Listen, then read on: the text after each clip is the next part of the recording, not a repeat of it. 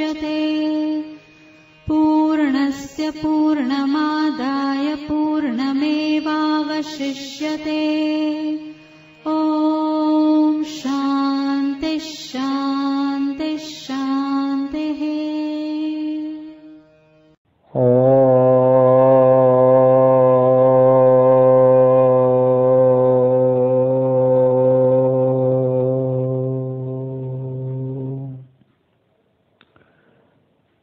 सहना भवतु सहनौ भुनक्तु सह वीर्यं करवावहै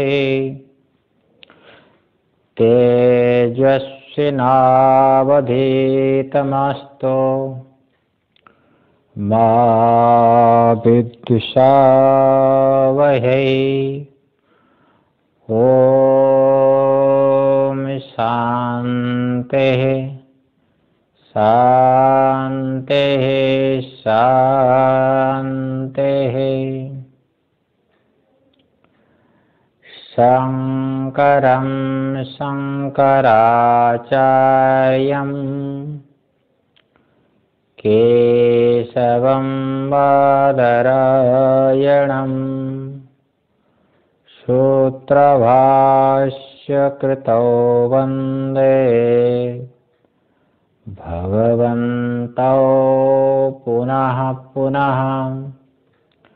ईश्वरो गुरुरात्मेति मूर्तिभेदविभागिने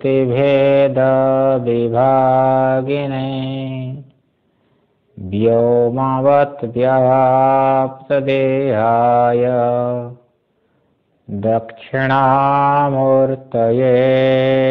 नमः।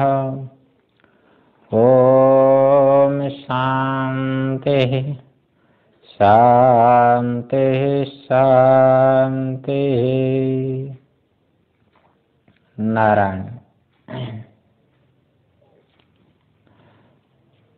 हम लोग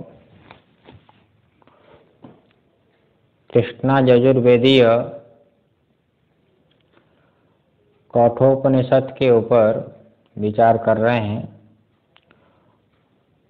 ग्रंथ के अंतिम वल्ली के 11वां मंत्र का विचार हुआ। अप्रमत्तस्तदा भवति योगो हि प्रभावाप्तयो। प्रमाद नहीं करना चाहिए, परमात्म मार्ग में प्रमाद नहीं। प्रमादो भी मृत्यु, प्रमाद को मृत्यु शब्द से अन्यत्र कहा गया है। अभी जो है अगले मंत्र के ऊपर कुछ विचार करते हैं। यदि जो मन बुद्धि इंद्रियां है हमारे पास है, इसका विषय तो ब्रह्म यदि होता तो उसका ग्रहण हम विशेष रूप से ग्रहण कर सकते हैं। अयम घटः अयम पटः, इसी प्रकार यह ब्रह्म है, यही परमात्मा है। इस प्रकार विशेष के रूप से जो है आत्मा का ग्रहण हो जाता है। अरे किसी वस्तु का ग्रहण करोगे, जानोगे, तो हमारे पास साधन क्या है? बुद्धि तो है। और जहाँ जिस समय बुद्धि यदि ना हो तो उस वस्तु का अस्तित्व नहीं माना जाता है। और तो कहना ही पड़ेगा आपको कि जो है वस्तुतः ब्रह्म मन बुद्धि इंद्रिय का विषय है। और यदि मन बुद्धि इंद्रिय का विषय ब्रह्म है तो यह ब्रह्म ऐसा भान होना चाहिए, लेकिन होता तो नहीं है। इसलिए असद मानना चाहिए ब्रह्म। तो इसका समाधान यहाँ पर कह रहे हैं कि यद्यपि ब्रह्म वाणी का विषय नहीं है, मन का विषय नहीं है, चक्षुरादि का विषय नहीं है और अन्य इंद्रिय का विषय नहीं है, फिर भी परमात्मा है। उस परब्रह्म में किसी प्रकार का नाम रूप विशेष धर्म न होने पर भी फिर ही परब्रह्म है। भाई ये कैसे होगा? क्योंकि जगत का मूल है कि नहीं? भाई जगत का मूल है तो मानना पड़ता है। इसलिए जगत का मूल के रूप से परब्रह्म है। क्योंकि कार्य का जो विलय होता है किसी ना किसी अस्तित्व के आधार पे हो होता है। जहाँ पर लय होता है वो वस्तु है। यदि वस्तु उपादान यदि ना होती तो लय कहाँ पर होगा? मृत्यु का यदि ना हो तो घट कहाँ पर लय होगा बताओ? ये बात कहने जा रहे हैं। तो 12वां मंत्र देखिए, नैव वाचा न मनसा, नैव वाचा न मनसा प्राप्तुं शक्यो न चक्षुषा, प्राप्तुं शक्यो न चक्षुषा अस्ति ते ब्रुवतोऽन्यत्र, अस्ति ते ब्रुवतोऽन्यत्र कथं तत् उपलभ्यते।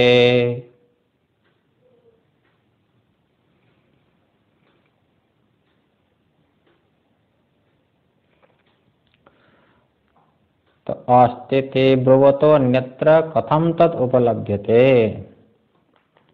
तो ये जो आत्मा है, प्रकरण चल रहा आत्मा का, ये जो आत्मा है,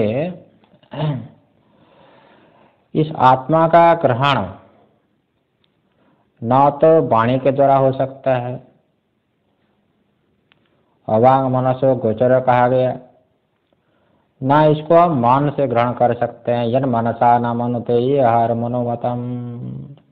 क्योंकि वाणी की प्रवृत्ति वहीं पर होती है जहाँ पर जिस अर्थ में, जिस विषय में गुण क्रिया जाति संबंध हो, है ना, उसी को वाणी विषय करेगी ना।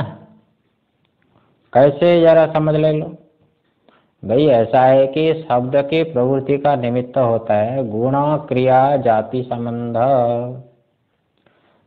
जहाँ पर गुण नहीं है, जहाँ पर क्रिया नहीं है, जाति नहीं है, संबंध नहीं है, शब्द उसको विषय नहीं कर सकता है।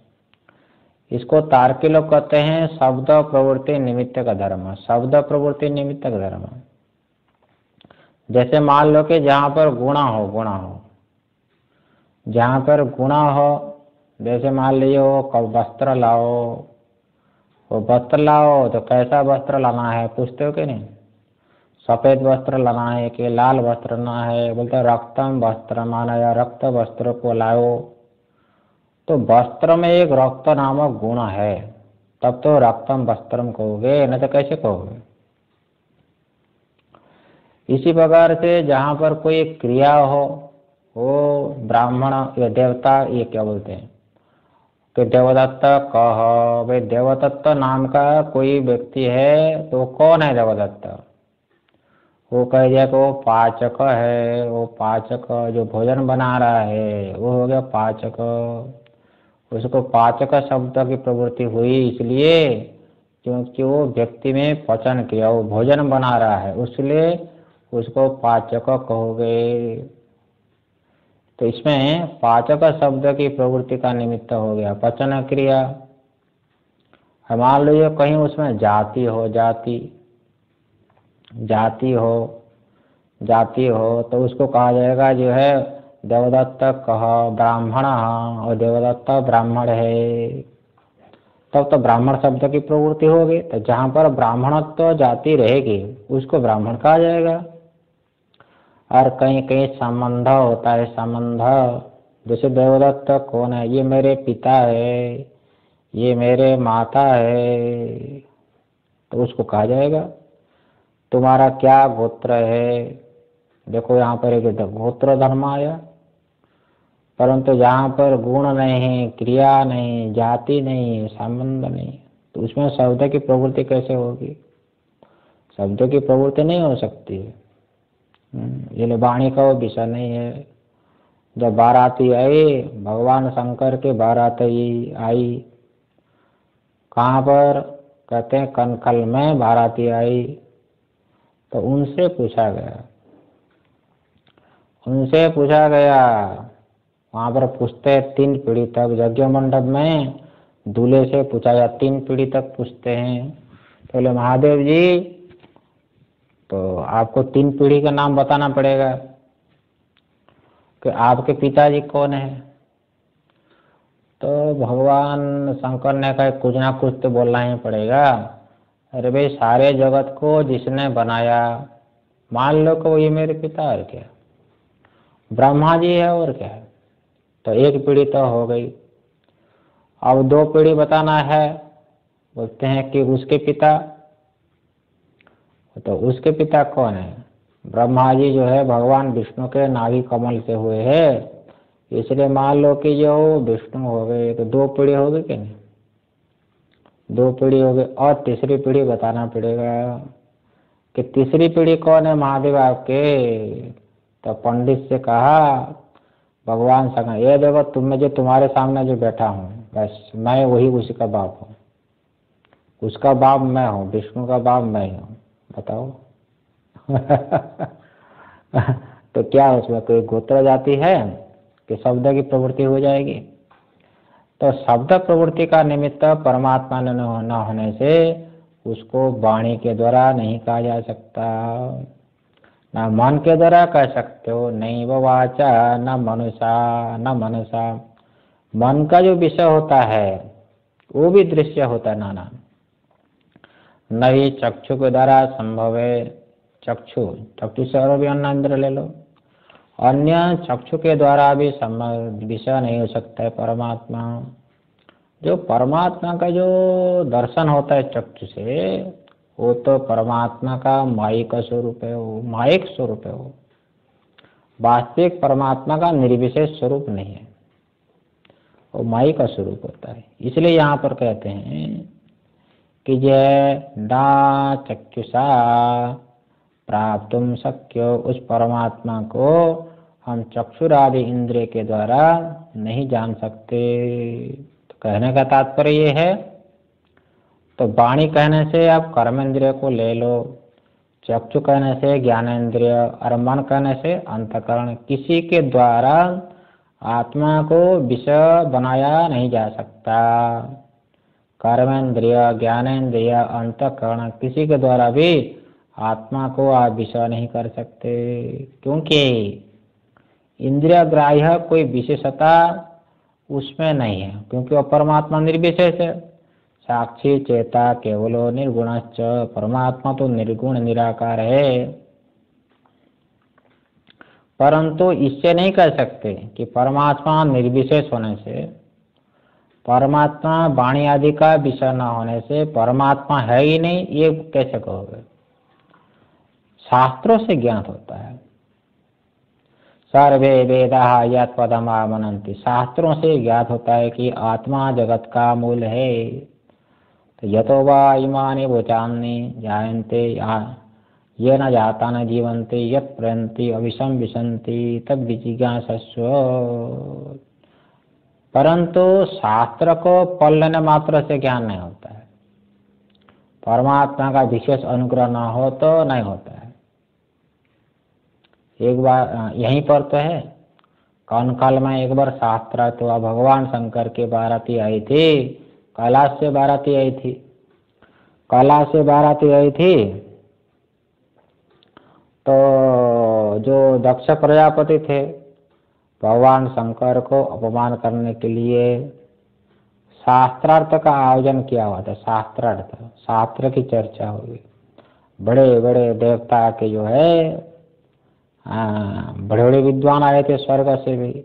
यहाँ की बात छोड़ दीजिए, स्वर्ग से भी बड़े बड़े विद्वान, देवताओं के विद्वान आए थे, मामूली आदमी तो है ही नहीं। शास्त्रार्थ हुआ तो महादेव को बोले, महादेव जी हमारे यहाँ परंपरा है कनखल में। क्या परंपरा है? बोलते कि तो कन्या यहाँ से जाने से पहले हमारे यहाँ शास्त्रार्थ करने की परंपरा है। दूल्हा पक्ष और जो है वधू पक्ष में जो है शास्त्रार्थ होता है। परंतु दूल्हा सहभागी नहीं होता है। हाँ, तो डर गए, वो भगवान तो सर्वज्ञ है, तो वो भाग लेकिन तो सब हार जाएंगे देवता लोग। ये कहा कि महादेव लेकिन आप तो दूल्हे हो, तो दूल्हा यहाँ पर भाग नहीं ले सकता। हाँ हाँ, लेकिन बैठ तो सकता है, वो देख सकता है शास्त्रार्थ, लेकिन शास्त्रार्थ में भाग नहीं ले सकता है। भगवान ने कहा तथास्तु, कोई बात नहीं, हम देख लेंगे कैसे शास्त्रार्थ होता है। तो फिर जो है तो शास्त्रार्थ हुआ महाराज, बहुत जबरदस्त शास्त्रार्थ हुआ। तो शिवगण थे, भगवान शंकर के शिवगण, वो तो डर गए। भगवान शंकर से कहा कि भगवान ये तो बहुत बड़ा जो है वो हमारे नाक कट जाएगी, कैलाश के नाक कट जाएगी, हम तो हार जाएंगे। क्यों हार जाओगे? हम तो पढ़े लिखे नहीं है, हम तो स्मशान में रहने वाले हैं, पहाड़ में रहने वाले हैं, हम तो क्या अनपढ़ है, हम क्या शास्त्रार्थ करेंगे। भगवान ने कहा चिंता ना करो, बस मैं बैठा रहूंगा ना, तुम चिंता ना करो। तो जब शास्त्रार्थ हुआ, जब प्रश्न पूछे, तो भगवान की कृपा दृष्टि शिवगण के ऊपर हो गई। तो कह दिया, देखो तुम्हारे मन में जो संकल्प होगा उत्तर के रूप से वही बोल देना, बस वही बोल देना, यही तो प्रश्न का उत्तर हो जाएगा। तो देवता लोग बहुत प्रश्न किए, और जो झटाझट जो है वो प्रश्न का उत्तर मिल रहा है। तब चकित हो गए, अरे भाई शिवगण तो कोई पढ़े लिखे है ही नहीं, तो कैसे शास्त्र का ज्ञान हुआ उनको। तो देवता लोग सब परास्त हो गए, शिव गुणों से देवता लोग परास्त हो गए। भगवान शंकर के चरणों में गिर पड़े, भगवान गलती हो गई, ये आपको हम लोग अपमान करने के लिए शास्त्रार्थ का आयोजन किए थे। भगवान शंकर ने कहा देखो ये जो है इसको कहते हैं शास्त्र ज्ञान कहते हैं, वास्तविक आत्मा का ज्ञान नहीं है। ये शब्द का ज्ञान होना अलग बात है। शब्द से प्रतिपद्य अहम ब्रह्मास्मि, अहम कहने से अहम शब्द से आप किसको ग्रहण करते हो? ये 3.5 वाला हाथ जो शरीर को ग्रहण करते हो तो ये ज्ञान नहीं है, ये तो मिथ्या ज्ञान है, ये मिथ्या ज्ञान है। शरीर को आत्मा मान रहे हो आप। इसलिए भगवान का जिसने भजन नहीं किया है, भगवान का जिसने ग्रहण नहीं किया है, भगवान का बल प्राप्ति इसने नहीं किया है, नहीं वह आत्मा बल न लभ्य। आत्मा बल मतलब परमात्मा का बल भजन नहीं किया है ना। भजन जब नहीं किया है तो आत्मज्ञान को धारण करने की योग्यता नहीं है। फिर आत्मा का ज्ञान अब कैसे होगा? शब्द का ज्ञान तो हो सकता है, शब्द का ज्ञान तो हो सकता है। तो एक बार जो है वो कहते हैं कि शब्द, यहाँ ब्रह्मसूत्र में विचार आया कि परोक्ष ज्ञान भी शब्द ज्ञान से अतिरिक्त होता है। शब्द ज्ञान से परोक्ष ज्ञान आवृत्ति असकृत आवृत्ति असकृत उपदेशात, ब्रह्मसूत्र में वहां पर भगवान भाष्य करना कह दिया। जैसे किसी के घर में मान लो तोता हो, तोता रखा हो, किसी के घर में तोता रखा हो और जो है वो आसपास बिल्ली घूमती थी, बिल्ली घूमती थी, तोता जो बहुत डर जाते थे। तो एक बार जो है दया भाव हुआ मालिक का, तो ये तोते के मालिक ने जो है बढ़िया सिखा दिया, तोते को सिखा दिया। क्या सिखाया? वो कहते कि बिल्ली आवे तो उड़ जाना, बिल्ली आवे तो उड़ जाना, बस ये सिखा दिया।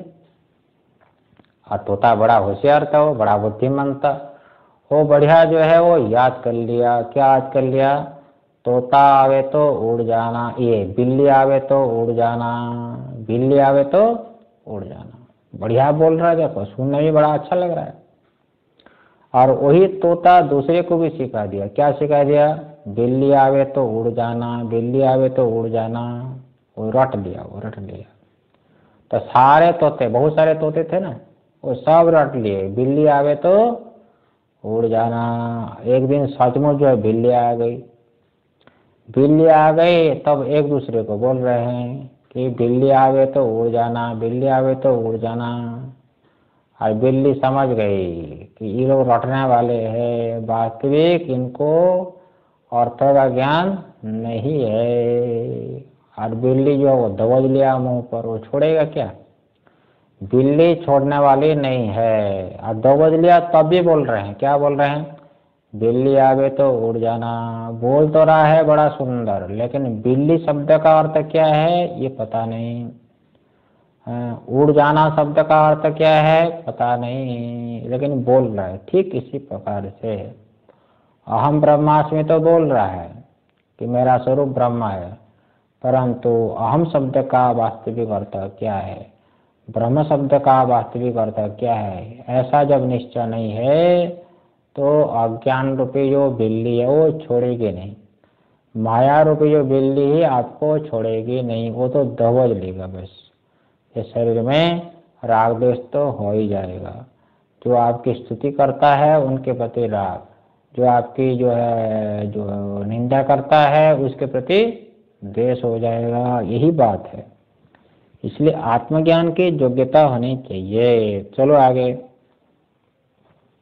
तो कुछ दार्शनिक कहते हैं कि योग अवस्था में आपके सारे ज्ञान का जो साधन है वो तो निष्क्रिय है, अतः कुछ ज्ञात नहीं होगा। तब तो शून्य है, यही अनुभूति होगी।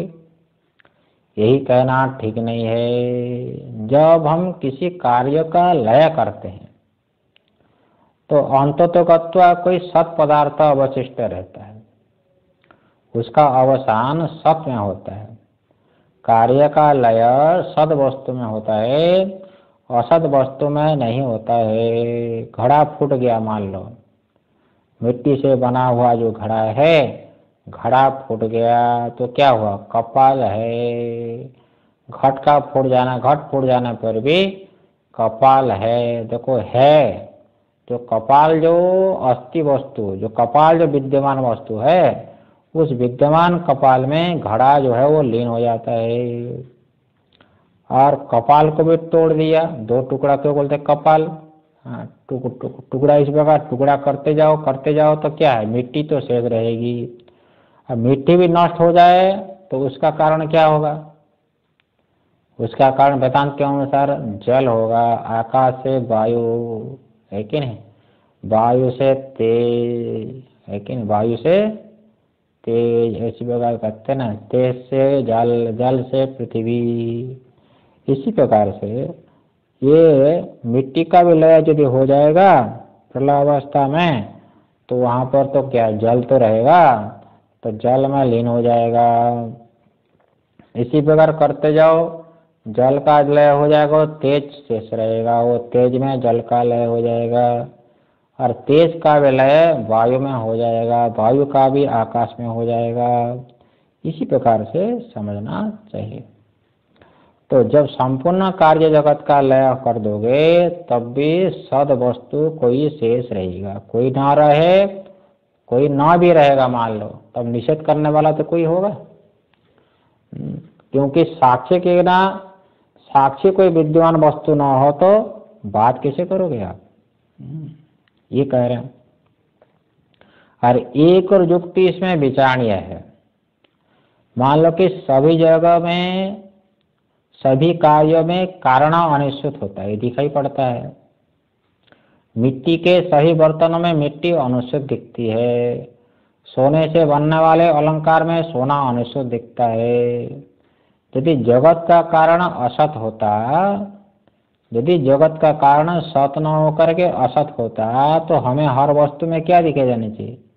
असत दिखाई देनी चाहिए। हमको क्या अनुभव होता है कि जो है घटो अस्ति, पटो अस्ति, मठो अस्ति, सर्वत्र सत्र, सर्वत्र कार्यों में दृश्यमान जगत में अस्थि का अन्वय होता है। ये अस्थि अंश जो परब्रह्म है वही तो कारण है, वही विवर्तोपादान कारण है। यदि असद वस्तु से जगत की उत्पत्ति होती तो समस्त जगत रूपी कार्यों में असत का ही अन्वय होना चाहिए, असत ही अनिश्चित होना चाहिए। ये असत असत अनुसत होना चाहिए, लेकिन ऐसा भान तो नहीं होता है, सत का अन्वय होता है सर्वत्र।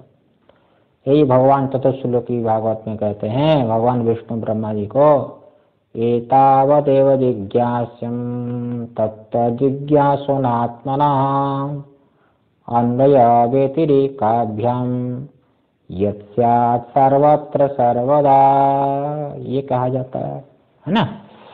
तो देखिए नारायण, इसी प्रकार से घटो अस्ति पटो अस्ति मठो अस्ति, सत की प्रतीति सत के साथ होती है। इससे भी यह निश्चय हो जाता है कि जगत का मूल सत है, जगत का मूल असत नहीं होता है। कार्य का लय भाव में ही होता है, अभाव में नहीं होता है। जगत का कारण सत है, यह निश्चय हमें तभी हो पाएगा जब श्रुति में, अपौरुषेय श्रुति में श्रद्धा रखते हुए, श्रद्धा क्या है, भगवान जो है भाष्यकार विवेक चूड़ामणि में कहते हैं कि शास्त्रस्य गुरुवाक्यस्य सत्य बुद्ध्यवधारणा सा श्रद्धा कथिता सद्भिर् यया वस्तुपलभ्यते। उसी को कहते हैं श्रद्धा। सा श्रद्धा कथिता सद्भिर, जिस अमूल्य विश्वास रूपी श्रद्धा से वास्तविक वस्तु का ज्ञान तो हो ही जाता है। कौन कौन है वास्तविक श्रद्धा? शास्त्र से गुरु वाक्य से, शास्त्र जो कह रहा है, गुरु जो कह रहा है वो वास्तविक है। उसमें हमारी बुद्धि जो का त्यों यदि मान ले तो समझ लो कि हमारे में क्या है, श्रद्धा है। ये श्रद्धा बहुत चीज पड़ी है। श्रद्धा रख करके ही साधक को विचार करना चाहिए, तब जाकर के परमात्मा का ज्ञान होगा। इसी बात को श्रुति समझाती है, अस्ति ब्रुवत अन्यत्र कथम तद उपलभ्यते। जो कहता है कि जगत का कारण परमात्मा है, अस्ति ब्रुवत, उनको तो ज्ञान हो जाएगा। लेकिन उससे भिन्न जो नास्तित्ववादी है, जो जगत का कोई मूल को नहीं मानता है, तो उनको परमात्मा तत्व की उपलब्धि, परमात्मा का साक्षात्कार किसी भी प्रकार के संभव नहीं है। इसलिए श्रुति हमारी भगवती है, हितैषी है, हमें सावधान करती है कि जो वेद से बाह्य नास्तिक है, नास्तिक दर्शन वाले, उनको जो है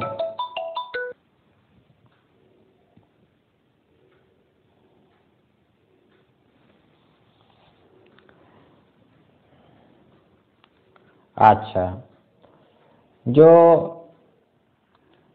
जगत का कोई मूल नहीं है तो बोलते हैं नास्तिक लोग जो है, चारवाक लोग है, बोलते हैं याव जीवम सुखम जीवेत लीलाम कृत्वा घृतम पिबेत भस्मे भूता सदेहस्य कुतः पुनरागमनम। अरे घर में पैसा नहीं है परंतु देसी घी खाने की इच्छा हो गई तो दूसरे से ले आओ, और क्या। बस जब तक जीना है तब तक मस्ती में जियो, ऐसे कहने वाला ना कोई वेद है ना कोई परमात्मा है। इस प्रकार जो जगत का कोई मूल नहीं है, ऐसा कहने वाले को परमार्थ तत्व की उपलब्धि किसी भी प्रकार से संभव नहीं है।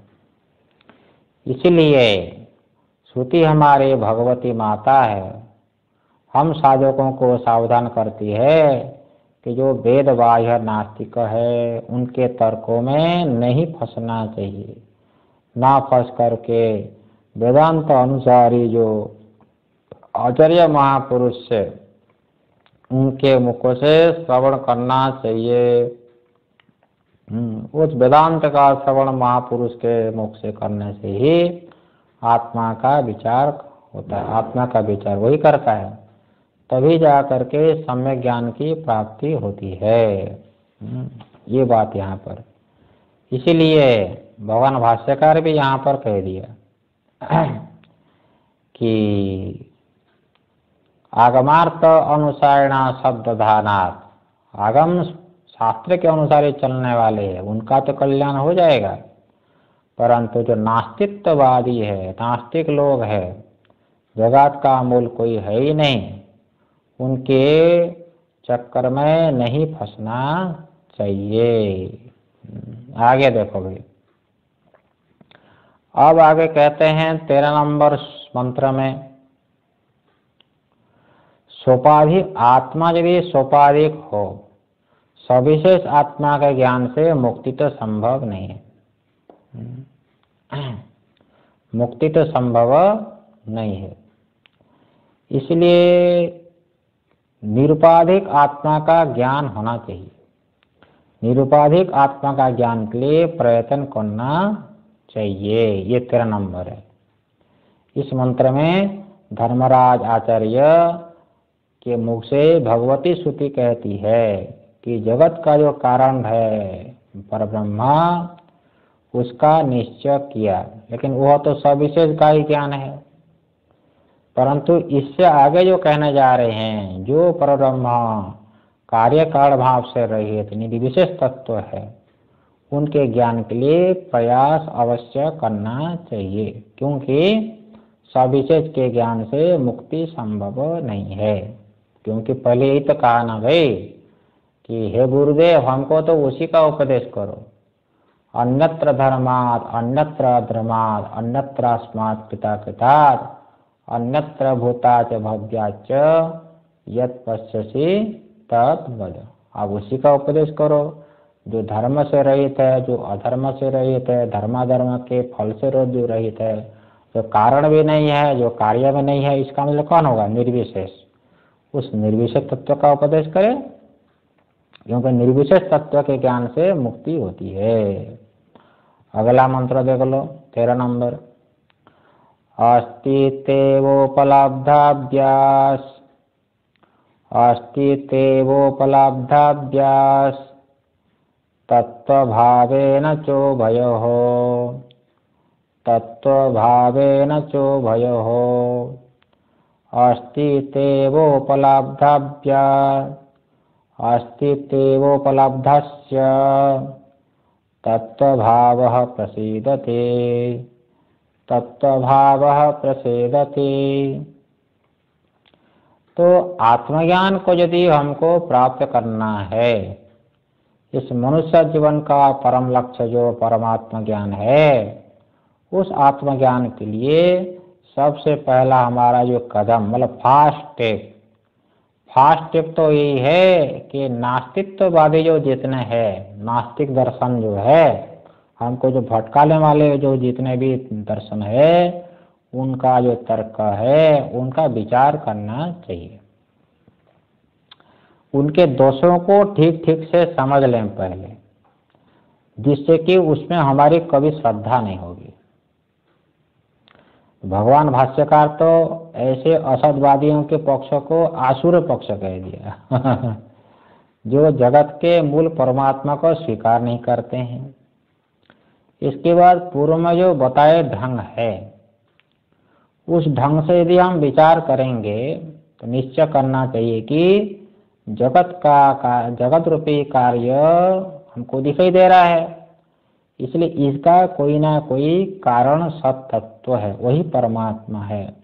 अस्तित्व उपलब्धव्य, इसी को छांदोग्य में कहा गया कि सदैव सम्य इदम क्रियासीद एकवाद्वितीयम्।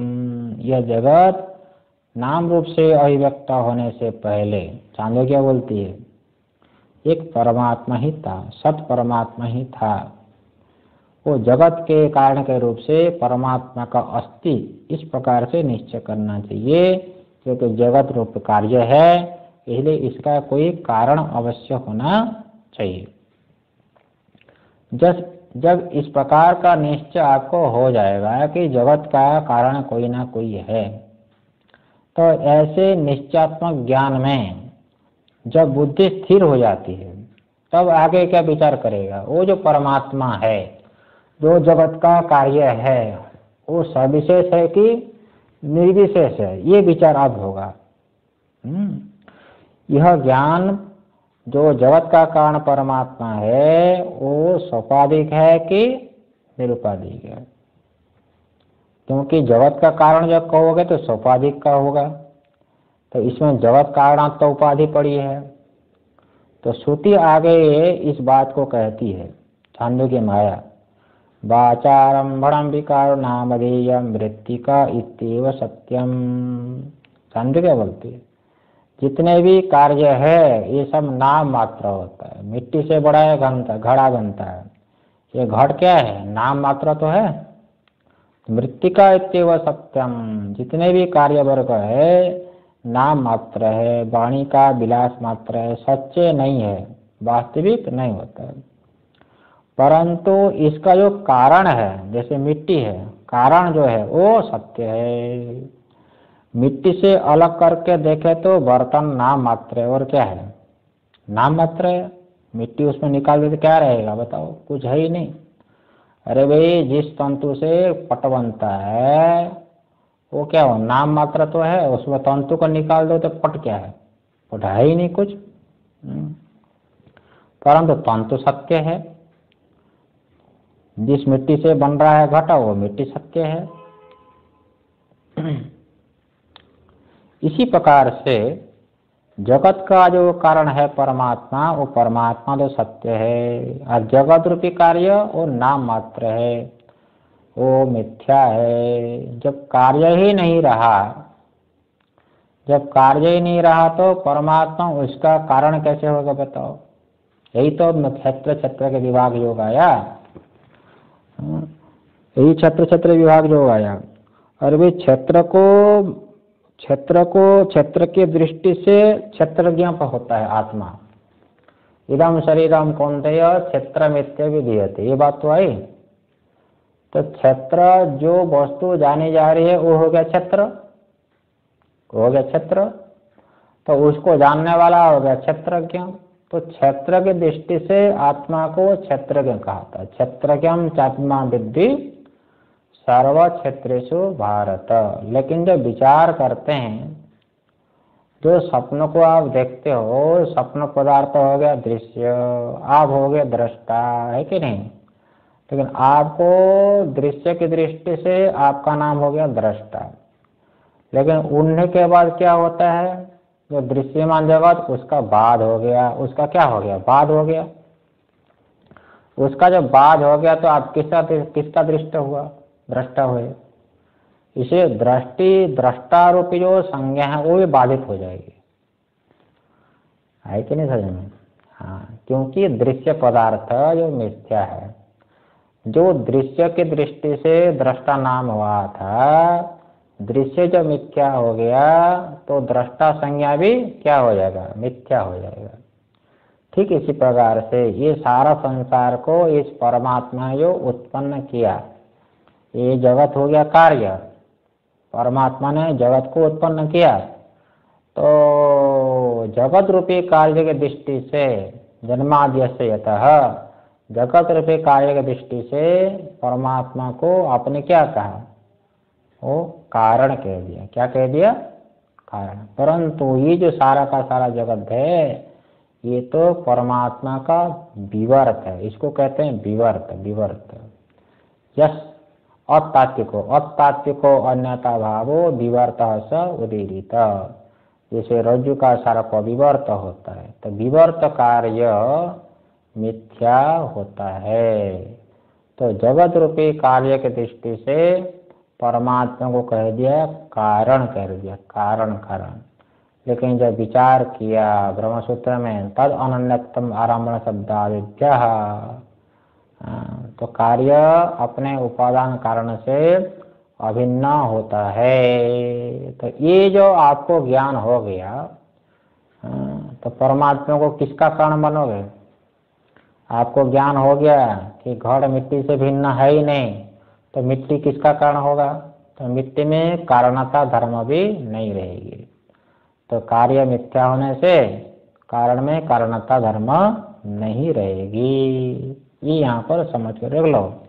यही है, जिस परमात्मा को हम कारण की दृष्टि से स्वयं जगत का कारण सोपाधिक कहते हैं।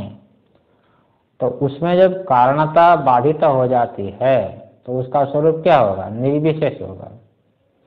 उसका स्वरूप निर्विशेष, समझ में ना। तो जिस स्वप्न को देख करके आप में दृष्टित्व था, वास्तविक देखा जाए तो आपके स्वरूप में दृष्टित्व भी कोई धर्म नहीं है। बात समझे ना। इसी प्रकार वो जागृत में भी ऐसे ही समझना है, हो गया ना। तो ये कहते हैं ये परमात्मा में जो कारणत्व का आरोप था वो समाप्त हो जाएगा। इसलिए वो जो परमात्मा है कार्य कारण भाव से रहित, सभी उपाधियों से रहित, जो आत्मा का तत्व भाव है, यथार्थ स्वरूप है, वो ज्ञात हो जाएगा। ये तत्व भाव है ना, ये कह दिया, ठीक है ना भाई। तत्व भाव प्रसीदति, ठीक है ना। अच्छा, इन दोनों विचारों का क्रम स्वयं श्रुति इस बात को 13 नंबर में कहती है। अस्ति इत्येव उपलब्धव्यः, परमात्मा जगत का कारण है, इस प्रकार जिसने ऐसा निश्चय कर लिया, सोपाधिक रूप को ठीक से जान लिया, वही व्यक्ति श्रुति के अनुसार ब्रह्मनिष्ठ गुरु के बताए गए मार्ग पर विचार करता है।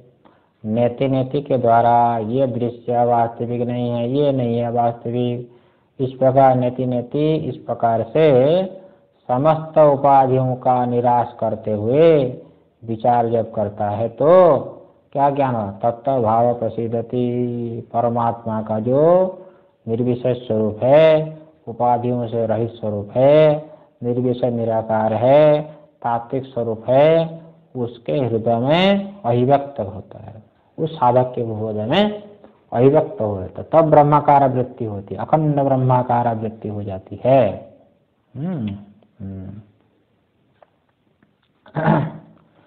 अच्छा, और थोड़ा देख लेते हैं। अब कहते हैं कि जिसके हृदय में परमात्मा का शुद्ध स्वरूप प्रकट हो गया, जिसके हृदय में परमात्मा का शुद्ध स्वरूप प्रकट हो गया है ना, तो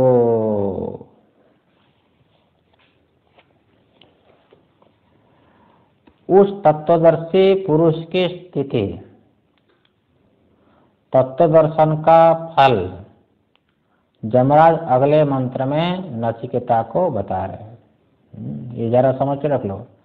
जिसके शुद्ध अंतःकरण में परमात्मा का शुद्ध स्वरूप निर्विशेष निराकार स्वरूप प्रकट हो गया, ऐसे जो तत्वदर्शी पुरुष है, जीवन मुक्त पुरुष है, उस पुरुष की स्थिति और ज्ञान का फल, तत्व ज्ञान का फल, इसको जमराज इस मंत्र में नचिकेता को बताने जा रहे हैं। जदा सर्वे प्रमुच्यन्ते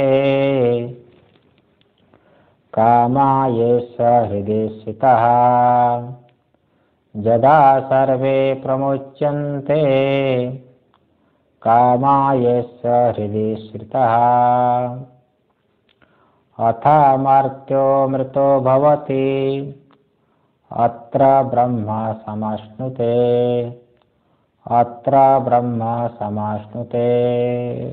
इस प्रकार से जिसने निरुपाधिक परमात्मा का साक्षात्कार कर लिया, उसके हृदय में अर्थात अंतःकरण में, हृदय मतलब अंतःकरण, अंतःकरण में रहने वाली सभी कामनाएं नष्ट हो जाती है। यही कामना ही साधक का सबसे बड़ा शत्रु है। ये कामना ही सभी पाप का बाप है। वो सभी पाप का यही कामना ही बाप है। वो तो एक बार जो है वो जो है ऐसे अक्कड़ करने वाला कोई व्यक्ति, पंडित, वो गुरु के पास आ गया, महापुरुष के पास आ गए, तो बोल दे कि पाप का बाप कौन है, ऐसा पूछा। पाप का बाप कौन है? तो उसने सोचा कि साधु ने, इसको मैं क्या समझाऊं, मेरे समझाने से तो समझेगा नहीं, अक्कड़ आदमी है। अक्कड़ आदमी है तो अक्कड़ आदमी के पास भेजो, तब ये उनके भाषा उनको समझ में आएगी। तो उसने, गुरु ने कहा कि इसका उत्तर मेरी एक शिष्या देगी, मेरी एक शिष्या देने वाली है, इसलिए आप उनके पास जाओ। तो वो गया, वो तो पता लगा कि ये तो वेश्या है, एक वेश्या है। वो ब्राह्मण था। वो तो अक्कड़ आदमी जो है, वो ब्राह्मण जो प्रश्न पूछा ना गुरु जी से कि वो पाप का बाप कौन है, तो गया तो वो जो महिला वो वेश्या थी नारायण। तो उनके घर में गया, लेकिन वो गुरु भेजे हैं, साधु भेजे हैं, तो कैसे ना जाए, मना कैसे करेगा। तो बहुत दूर पैदल चलते हुए गया ब्राह्मण। जब गया तो वो जो वेश्या है, तो उसने कही कि बहुत अच्छा किया, बहुत दूर से आए हैं, तो क्यों आए हैं, क्या आपका जो है, आपकी क्या समस्या है, मेरे पास तो कोई नहीं आता है, ऐसे ब्राह्मण व्यक्ति तो कोई आता नहीं मेरे पास, लेकिन आप आए हो तो बहुत अच्छी बात है, तो क्यों, क्या समस्या है। तो उसने कहा कि मेरे मन में एक प्रश्न है। क्या प्रश्न है कि बोलते हैं कि पाप का बाप कौन है, पाप का बाप कौन है। तो उसने कहा कि देखो, तुम बहुत दूर से आए हो ब्राह्मण देवता, इसलिए थोड़ा सा भोजन कर लो, थोड़ा सा विश्राम कर लेना, फिर उसके बाद जो है प्रश्नोत्तर होता रहेगा, उसमें क्या है, ना आप भाग रहे ना मैं भाग रहा हूँ। तो उसने कहा ना, मैं किसी के घर में भिक्षा भोजन नहीं ग्रहण करता हूँ, और तुम्हारे घर में कैसे मैं ग्रहण करूँगा। तो उस महिला सोची, देखो मैं तेरा सा परीक्षण कर लूँ तब तो पता लगेगा। तो उसने कहा कि ऐसी बात है, आज का दिन है, संयोग से उस दिन जो है पूर्णिमा थी, संयोग से उस महिला ने कही ब्राह्मण से कि ब्राह्मण देवता बात तो ठीक है, लेकिन आज पूर्णिमा का दिन है, और पूर्णिमा के दिन जो है मैं सोने की थाली में भोजन कराता हूँ, और जो है 100 स्वर्ण मुद्रा देता हूँ दक्षिणा के रूप से। ऐसा जब महिला ने कही, सोने का जब नाम लिया, तब जो कामना जो जग गई उसकी, कामना जग गई उसकी, जो कामना थी ही पहले वो कामना जग गई। उसने सोचा भाई 100 स्वर्ण मुद्रा तो जीवन भर में मुझे नहीं मिल सकता, तो एक बार भोजन यदि करूं तो ये तो मिल जाएगा, लेकिन पाप तो होगा इनके घर में खाने से। तो देखो उसकी बुद्धि में कैसी कामना होने से है ना, बुद्धि बहुत चालाक हो जाती है। मैं पहले से बोल रहा हूँ, कामना से बुद्धि बहुत चालाक होती है। तो उस ब्राह्मण ने सोचा कि जो है वे कोई बात नहीं, 100 स्वर्ण मुद्रा बहुत होता है, 2 4 5 10 स्वर्ण मुद्रा जो है वो मैं जो है वो लोगों को भोजन कराऊंगा, भोजन करा करके दक्षिणा में बांट दूंगा, तो जो इससे पाप होने वाला है वो पाप जो कट जाएगा, बाकी तो बहुत स्वर्ण मुद्रा बचेगा। वो देखो कामना हो गई। तो ब्राह्मण देवता कहा कि आप जो है बहुत आग्रह कर रहे हो, ऐसे तो मैं किसी के घर में नहीं खाता हूँ, लेकिन आप बहुत आग्रह कर रहे हो, चलो मैं आज भोजन कर लेता हूँ तुम्हारे घर में। तो फिर ब्राह्मण देवता वो बैठ गए, हाथ धो करके बैठ गए। सोने के थाली में जो बड़ा सुंदर जो व्यंजन है, कई प्रकार का व्यंजन है, सुगंधित व्यंजन है, जब परोसा गया तो खाने लगे। हो जब खाने लगे तो महिला तो वहीं पर थी, सामने ही थी, झट से वो थाली को खींच लिया। वो महिला, है ब्राह्मण देवता हो क्या कर रहे हो आप? तो क्या कर रहा हूँ, खा रहा हो। तो महिला ने कही, तो आपको उत्तर मिल गया कि जो है वो पाप का बाप कौन है।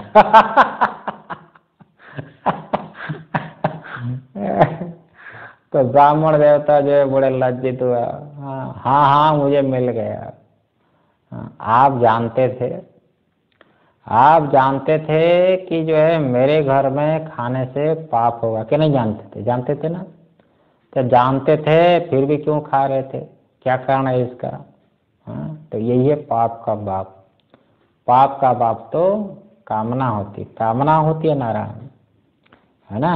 तो ये है, ये कामना जो है बहुत बड़ा साधक का सबसे बड़ा कोई शत्रु है साधक में, तो यही कामना होती है। कामना ही साधक का सबसे बड़ा शत्रु है। भगवान ने तो गीता में कही दिया अर्जुन को, काम ऐसा क्रोध ऐसा रजोगुण समुद्भव महासन महापामा विद्ये नमिह वेदिनम, है कि नहीं। ये परमात्मा मार्ग में, इस साधना मार्ग में कामना ही सबसे बड़ा शत्रु है। इसकी पूर्ति कोई कर नहीं सकता ना। कामना की पूर्ति तो विषय के भोग से नहीं कर सकते। तो एक पूरी हो गई तो दूसरे पहले से तैयार रहती है।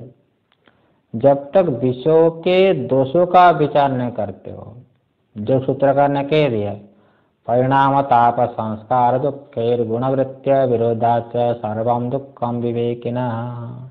विवेकी को सर्वत्र, यहाँ से लेकर के ब्रह्मलोक पर्यंत सर्वत्र दुख ही दुख दिखाई देता है। जब तक विषयों के दोषों का विचार नहीं करते तब तक कामना का उपशम नहीं हो सकता। एक बात यहाँ श्रुति ने स्पष्ट कर दी कि कामना का आश्रय मन है। कामना का आश्रय मन है, आत्मा नहीं है। क्योंकि इसलिए हृदय स्थिता के देखो, यदा सर्वे प्रमुच्यन्ते कामः ये कामः अस्य हृदय स्थिता। ये कामना हृदय में मतलब मन में रहता है, आत्मा में नहीं होता है। लोगों का अनुभव होता है कि मुझे कार चाहिए, है कि नहीं, मुझे मकान, बड़ा मकान चाहिए, मुझे धन चाहिए। अर्थात मेरा धर्म कामना है, आत्मा में कामना रहती है। बड़े बड़े नाई लोग भी यही मानते हैं। देखो ये सब जो है कामना कहाँ पर रहती है, आत्मा में रहती है। ऐसी भ्रांति हो जाती है, बड़े बड़े नाई आदि दार्शनिक है, ऐसे ही भ्रांति होती है उन लोगों को। पर यदि आत्मा का धर्म यदि कामना होता तो हम कभी कामना रहित नहीं हो पाते। कामना तो हमेशा रहेगी। क्योंकि श्रुति बताती है कि कामना तो मन का ही धर्म है, आत्मा का नहीं है। क्योंकि फिर क्यों भासता है? क्योंकि हम मन के साथ जब एक हो जाते हैं, हम जब अध्यास कर लेते हैं, जैसे स्थूल शरीर को ले लो, स्थूल शरीर के साथ जब अध्यास होता है तो वेदांती लोग उसको धर्मी अध्यास कहते हैं।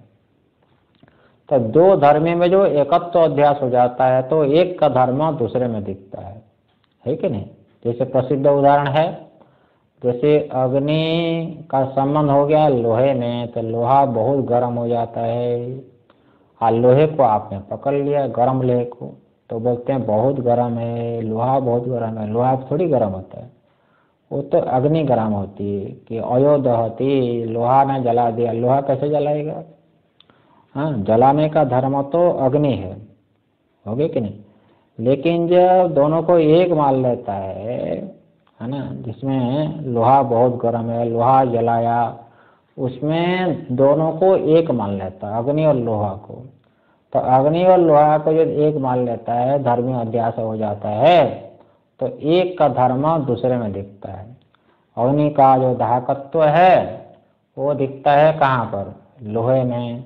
और लोहा यदि गोलाकार है तो अग्नि में गोलाकार दिखती है, वर्तुलाकार तो जो है अग्नि में दिखती है। ठीक इसी प्रकार से शरीर में जब आत्मा का एकत्व अभ्यास होता है तो शरीर भी आत्मा की तरह मालूम पड़ता है कि नहीं। ये जो शरीर का धर्म आत्मा में मालूम पड़ता है। शरीर मोटा हो गया तो मैं मोटा हूँ, है कि नहीं। शरीर पतला है तो मैं पतला हूँ। बुद्धि शांत है तो मैं शांत हूँ, अशांत है तो मैं अशांत हूँ। ये होता है, इसको कहते हैं धर्माध्यास। इसी प्रकार मन में जो कामना हुई, मन में जो मन के साथ जब अध्यास हुआ तो मन का धर्म जो काम है, सुख दुख है, उसका आरोप आत्मा में करता है। परंतु वास्तविक देखा जाए तो आत्मा में सुख दुख मोह कामना ये सब आत्मा में नहीं होते, ये सब मन के ही धर्म है। बोले सच्चिदानंद भगवान की। ओम सहना भवतु सहनौ भुनक्तु सह वीर्यं करवावहै तेजस्विनावधीतमस्तु मा विद्विषावहै। ओम शांति शांति शांति। शंकरं शंकराचार्यं केशवं बादरायणं सूत्रभाष्य कृतौ वन्दे भगवन्तौ पुनः पुनः। ईश्वरो गुरुरात्मेति मूर्तिभेद विभागिने व्योमवद्व्याप्तदेहाय दक्षिणामूर्तये नमः। सदाशिवसमारम्भां शङ्कराचार्यमध्यमाम् अस्मदाचार्यपर्यन्तां वन्दे गुरुपरम्पराम् वन्दे गुरुपरम्पराम्। ओम शांति शांति शांति।